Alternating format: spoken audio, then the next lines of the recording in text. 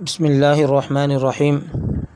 صدقۃ الفطر رمضان المبارک کے اعمال میں سے ایک عمل ہے جس کو اللہ تعالیٰ نے صاحب نصاب لوگوں پر واجب کیا ہے۔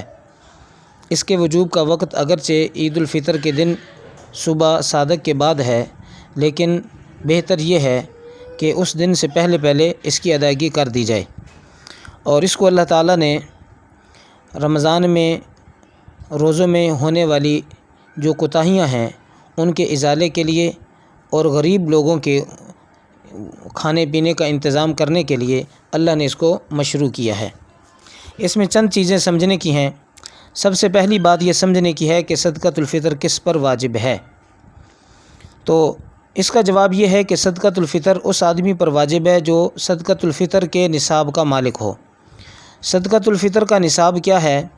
اس میں ہر آدمی کے مال کی 5 چیزوں کو دیکھا جائے گا، یعنی 5 قسم کے اموال کا جائزہ لیا جائے گا۔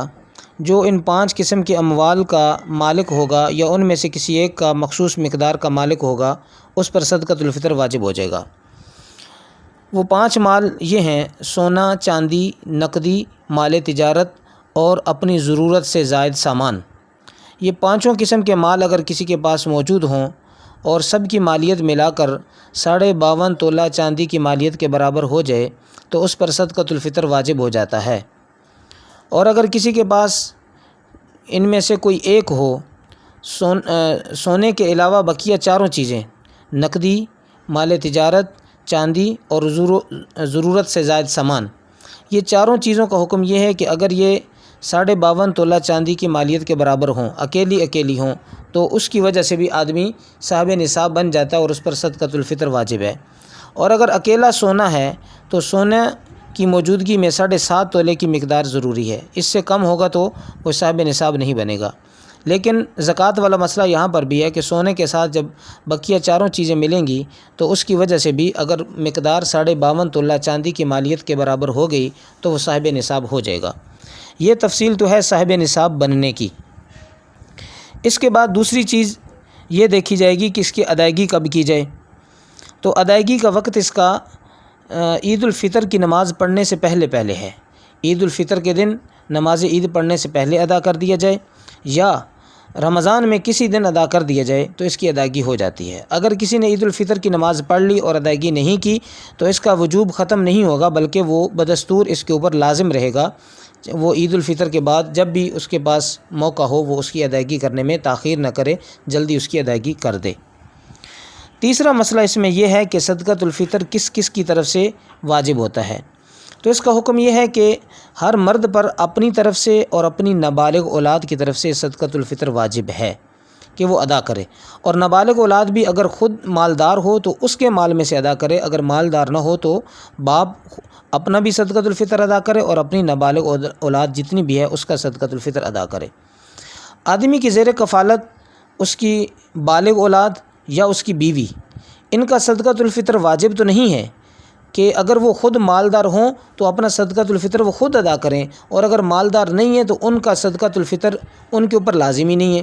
لیکن اگر اس کے باوجود یہ شخص اپنی بالغ اولاد کا بھی ادا کر دے، اپنی بیوی کا بھی ادا کر دے اور ان کو بتا دے تو ان کی طرف سے بھی صدقۃ الفطر ادا ہو جاتا ہے۔ اور بہتر یہی ہے کہ گھر کا جو سربراہ ہے وہ اپنا بھی صدقۃ الفطر ادا کرے، اپنی بالغ اولاد کا اور اپنی بیوی کا وجوب نہ ہونے کے باوجود بھی ادا کر دے، اور اپنی بالغ اولاد کا واجب ہونے کی صورت میں بھی ادا کرے، اور اگر وہ خود بالغ ہے تو پھر ان کے مال میں سے ادا کرے گا۔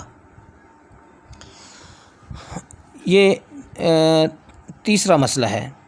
چوتھا مسئلہ اس میں یہ ہے کہ صدقۃ الفطر کس جنس سے ادا کرنا ہے۔ اس کے لیے احادیث مبارکہ میں 4 اجناس کا ذکر آیا ہے، جن میں سے ایک گندم ہے، ایک جو ہے، ایک کھجور ہے اور ایک کشمش ہے۔ تو اگر ان 4 چیزوں میں سے گندم کی صورت میں ادا کرنا ہو تو اس کی مقدار 2 کلو بنتی ہے۔ 2 کلو گندم کی جنس ادا کر دے یا اس کی جتنی قیمت بنتی ہے وہ ادا کر دی جائے۔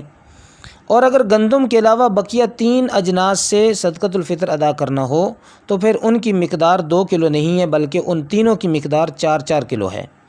کشمش سے دینا ہے تو 4 کلو کشمش کی جنس ادا کرے یا 4 کلو کشمش کی قیمت ادا کرے۔